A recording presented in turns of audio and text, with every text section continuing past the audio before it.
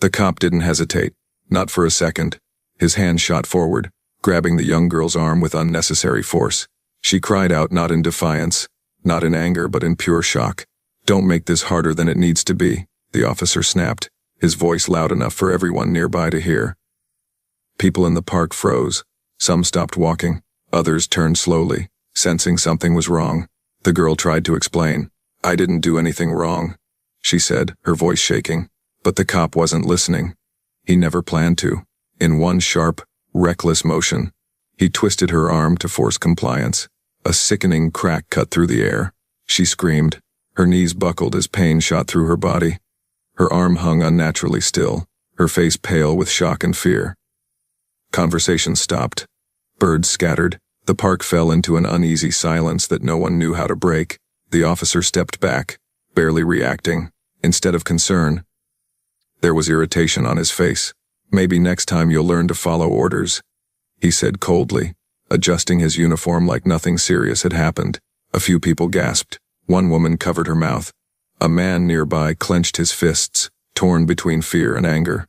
The girl tried to hold back tears, cradling her arm as pain pulsed through her body. She wasn't resisting. She wasn't threatening. She was just hurt badly. Still, the cop smirked. He had the badge. He had the power. And he believed that was all that mattered. What he didn't know, what he couldn't imagine, was who this girl really was. He had no idea that her calm demeanor came from years of discipline. No idea that the strength in her eyes came from a father who taught control, not violence. Most importantly, he had no idea whose daughter he had just injured. Because when her father found out, this wouldn't be about fame, or anger, or revenge. It would be about accountability. And by the time the truth came out, that badge he wore so proudly would feel heavier than ever before. This was the moment everything changed. The moment a single act of arrogance set off a chain of events no one at that park would ever forget. The park had been peaceful that afternoon, the kind of calm that made people slow their steps and breathe a little easier. Children laughed near the swings.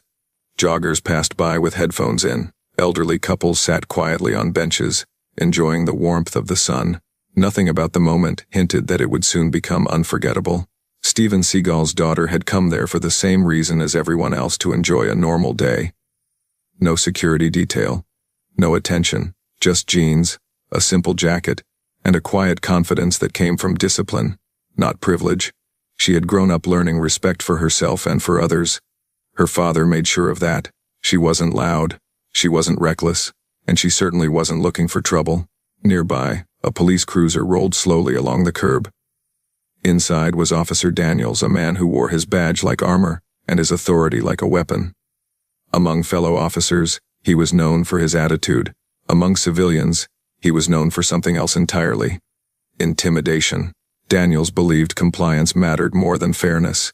To him, respect wasn't earned, it was demanded. And when he spotted the young woman near the park entrance, something about her calm posture and unbothered expression irritated him. He stepped out of the car, adjusting his belt, scanning the area like he owned it. "Hey, you," he called out sharply. She turned, surprised but composed. "Yes, officer?" Daniels narrowed his eyes. He asked questions that didn't quite make sense. Why was she standing there? Who was she waiting for? Did she have identification? His tone wasn't professional, it was probing, confrontational, almost daring her to respond the wrong way. She answered politely.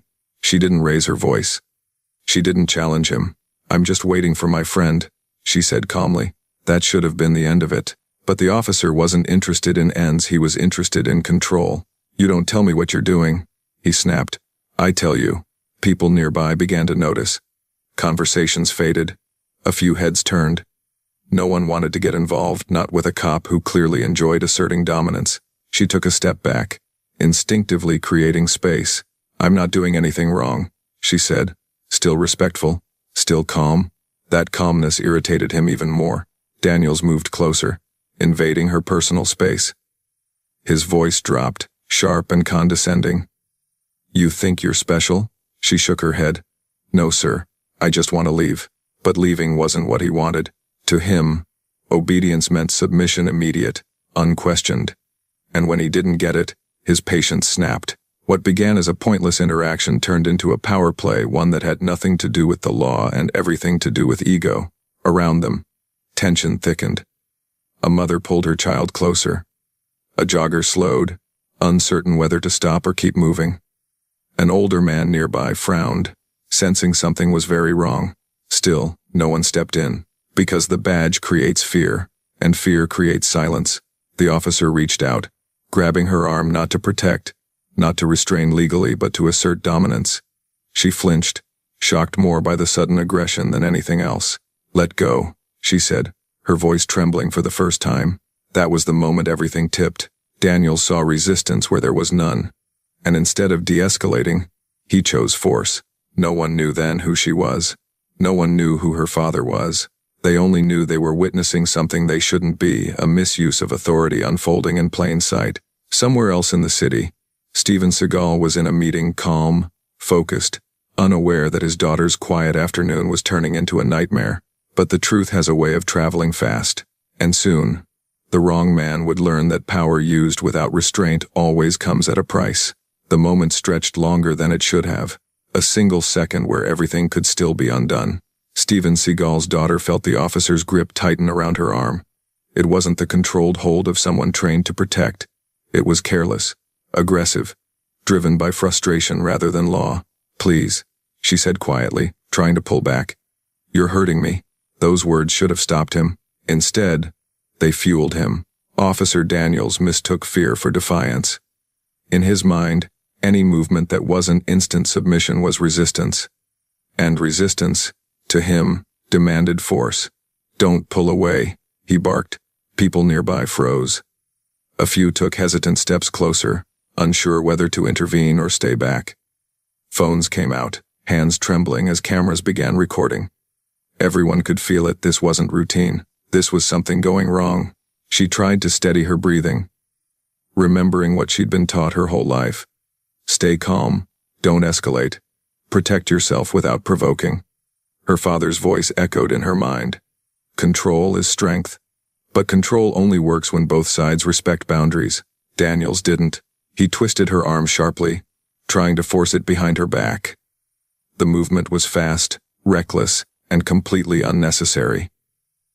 There was no warning, no attempt to de-escalate, just force. A sharp sound cut through the air, not loud, but unmistakable. Her body reacted before her mind could. Pain exploded through her arm, stealing her breath. She cried out, her voice breaking as her knees gave way. People gasped. Someone shouted, "Hey, that's enough." Her arm fell limp at her side, no longer responding the way it should. She clutched it instinctively, tears streaming down her face not just from pain, but from shock. She hadn't attacked him. She hadn't threatened him. She had done everything right, and still. This happened. Daniel stepped back, finally realizing the crowd had grown. For a split second, uncertainty crossed his face. Then it vanished, replaced by irritation. "Stop acting," he snapped. "You brought this on yourself." The words landed heavier than the injury. A woman nearby shook her head in disbelief. A man stepped forward, anger flashing in his eyes. "She didn't do anything." "Back off," Daniels warned, hand hovering near his belt.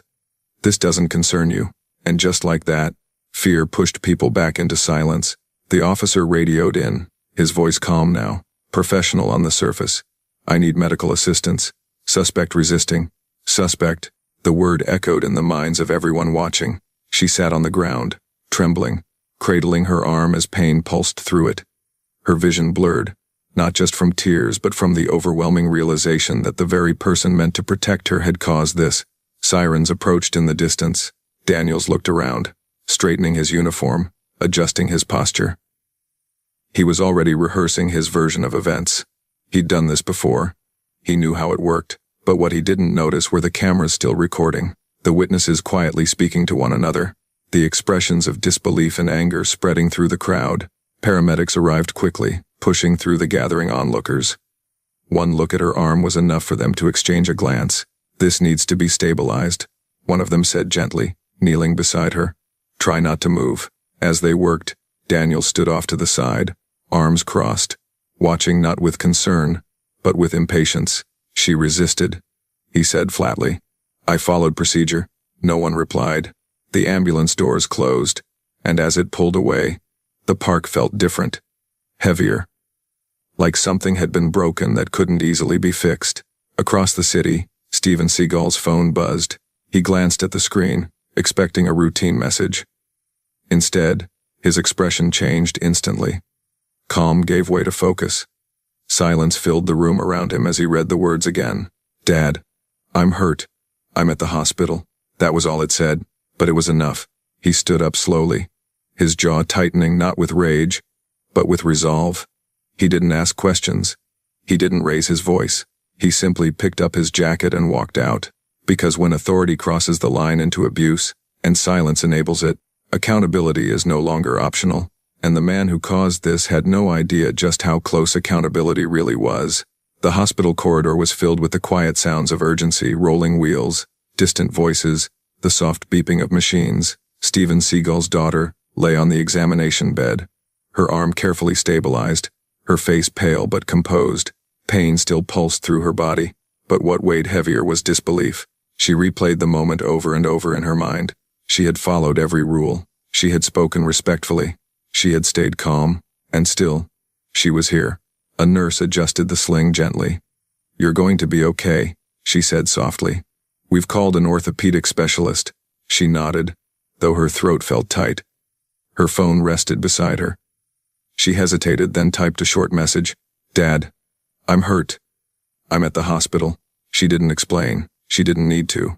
Across the city, Steven Seagal read the message in silence. Those who knew him well recognized the shift immediately, not anger, not panic, but focus. The kind of stillness that comes before action. He didn't slam doors, didn't shout questions. He simply stood, grabbed his jacket, and left. Back at the park, the mood had changed completely. The officer remained near his cruiser, speaking casually into his radio. But the confidence he'd worn so comfortably earlier had begun to crack. People hadn't left. If anything, more had gathered. Whispers filled the air. That wasn't right. She wasn't resisting. Did you see how he twisted her arm? Several people approached another officer who had arrived later, quietly offering statements. Phones were still recording. Someone had already uploaded a clip online. Comments were pouring in faster than anyone could keep up. The badge had created fear before. Now it was creating scrutiny. Officer Daniels noticed the shift. He felt eyes on him, not respectful, not intimidated, but judging. He cleared his throat, adjusting his posture, reminding himself that procedure was on his side. At least, that's what he told himself. At the hospital, a doctor entered the room, his expression serious but calm. You have a fracture, he said.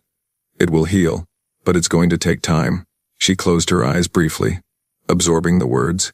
Time. Time she hadn't planned to lose. Time taken by someone else's ego. Minutes later, the door opened. Steven Seagal stepped inside. He didn't rush to the bed, didn't speak right away. He looked at his daughter first, really looked.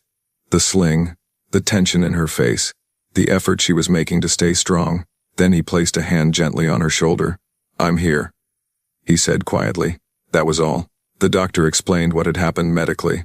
Steven listened without interruption, nodding once, his expression unreadable. When the doctor finished, Steven asked a single question.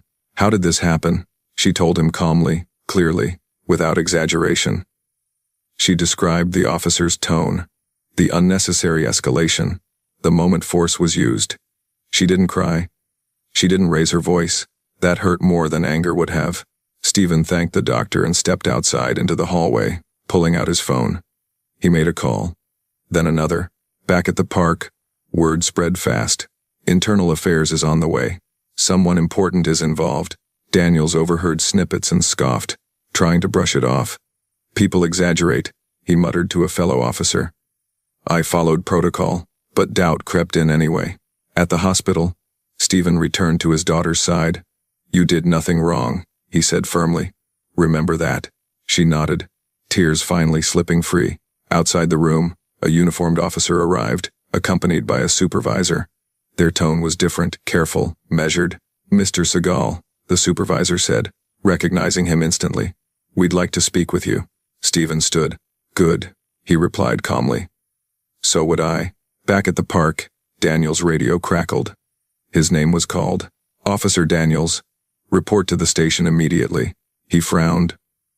What for? There was a pause. Effective now. You are relieved of field duty pending review. The words hit harder than he expected. Around him, conversations stopped. People watched openly now, no longer afraid. The power dynamic had shifted, not loudly, not dramatically, but unmistakably.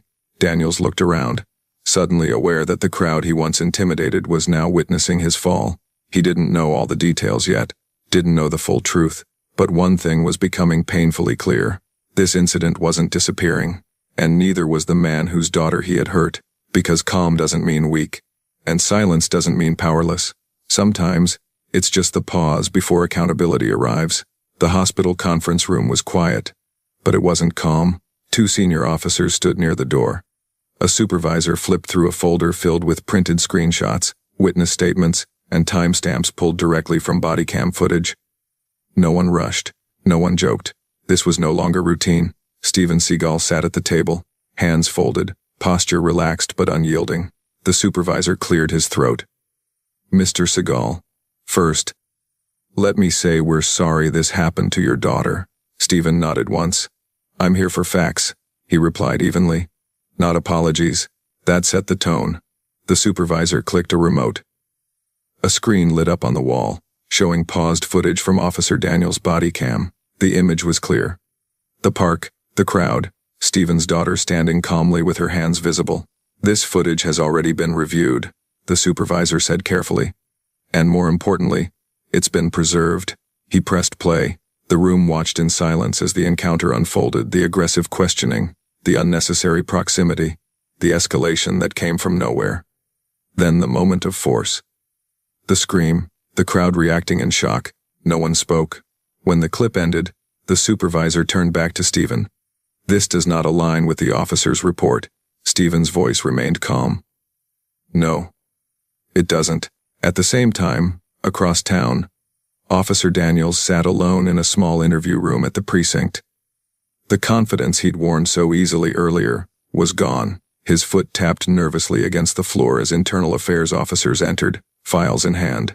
Your statement says the individual resisted arrest, one of them said, flatly. Daniels nodded. She pulled away. The officer across from him slid a tablet across the table. Is that what this shows? Daniels stared at the screen. It showed the same footage, unedited, undeniable. His jaw tightened. She was non-compliant. She was injured, the investigator corrected. And, unarmed, silence followed. Back at the hospital, the supervisor leaned forward. Mr. Seagal, because of the severity of the injury and the evidence presented, Officer Daniels has been formally suspended pending disciplinary action. Steven didn't react outwardly. Additionally, the supervisor continued, the case has been referred to an independent review board. Steven finally spoke. That's not a favor, he said quietly.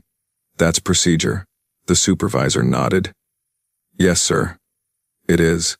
The door opened, and Steven's daughter was wheeled in briefly so paperwork could be signed. She avoided looking at the screen. She didn't need to see it again. Steven stood beside her, steady and present. One of the officers hesitated, then asked, Do you want to file a formal complaint? Steven didn't answer immediately. My daughter already paid the price, he said finally. Now the system needs to do its job. That answer spread fast. Within hours, the footage leaked, not by Steven, not by his lawyers, but by witnesses who had recorded the incident from different angles. Online, the story exploded. Headlines didn't focus on a celebrity. They focused on the footage. Officer suspended after park incident leaves young woman injured. Witness videos contradict police report. Steven Seagal's name appeared later not as a threat, not as leverage, but as context. At the precinct, Daniels watched the news on a muted TV. He saw his own face frozen on the screen. The moment replayed again and again. For the first time, the badge didn't protect him. That evening, Steven sat beside his daughter's bed as she rested. The hospital room was quiet now. Outside, the city buzzed with reaction and outrage. But inside, there was only a father and his child. I'm sorry, she said softly. I didn't want this. Steven shook his head gently. You didn't cause this, he said. You revealed it.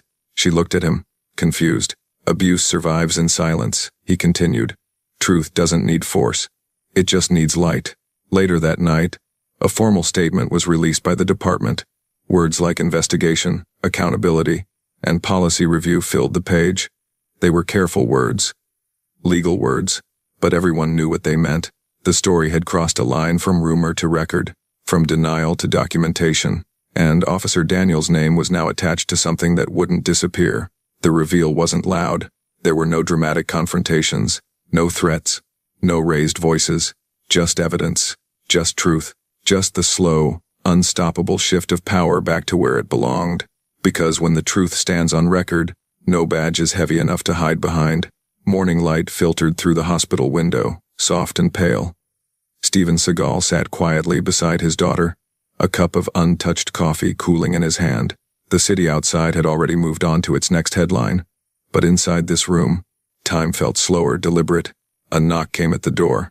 2 uniformed officers entered, followed by a man in a dark suit carrying a thick folder. Their expressions were serious, respectful. "Mr. Seagal," the man said, introducing himself as a representative of the review board. "Thank you for meeting with us." Steven stood calmly. "Let's get this done," he replied. They sat. The man opened the folder, laying out documents one by one.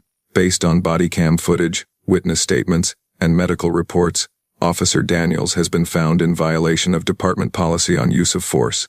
Steven listened without interrupting. "The findings are clear," the man continued. "Effective immediately, Officer Daniels has been terminated from active duty." The words landed quietly, not with satisfaction, not with triumph, but with finality. Steven's daughter exhaled slowly. Not relief exactly, but release. "There is more," the man added. "The case has been forwarded to the district attorney's office for further review." Steven nodded once. As it should be. Across town, Officer Daniels stood in the precinct hallway, a cardboard box in his hands. Inside were personal items, a nameplate, a photo, a badge that no longer carried authority. No one stopped him. No one spoke. The same halls he once walked with confidence now felt narrower, heavier. The power he relied on was gone, not taken by force, but by consequence. Back at the hospital, the review board representative hesitated before speaking again. "Mr. Seagal, many people in your position would be demanding restitution. Statements, press conferences." Steven looked at his daughter. She was resting now, eyes closed, breathing steady. Healing had begun not just physically, but emotionally. "My focus isn't punishment," Steven said finally. "It's prevention," the man nodded. "We've already initiated department-wide retraining on de-escalation and accountability." "Good," Steven replied. "Make sure it's more than paperwork." Later that day, Steven and his daughter left the hospital together. She moved carefully, her arm supported, but her steps were steady. Cameras waited outside, reporters calling his name. Microphones extended. Steven stopped. "I'll say this once," he said calmly. "This isn't about who I am. It's about what happened." The crowd quieted. "My daughter was treated unjustly by someone entrusted with power.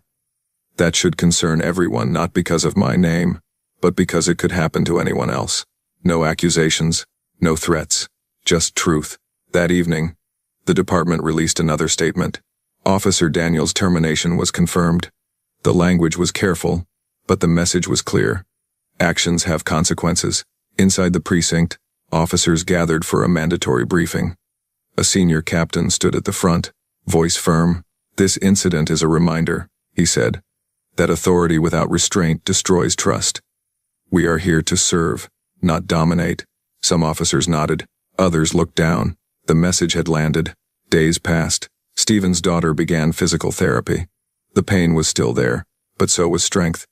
She refused to let bitterness take root. She focused on recovery, on moving forward. One afternoon, she asked her father, "Did you ever want to confront him?"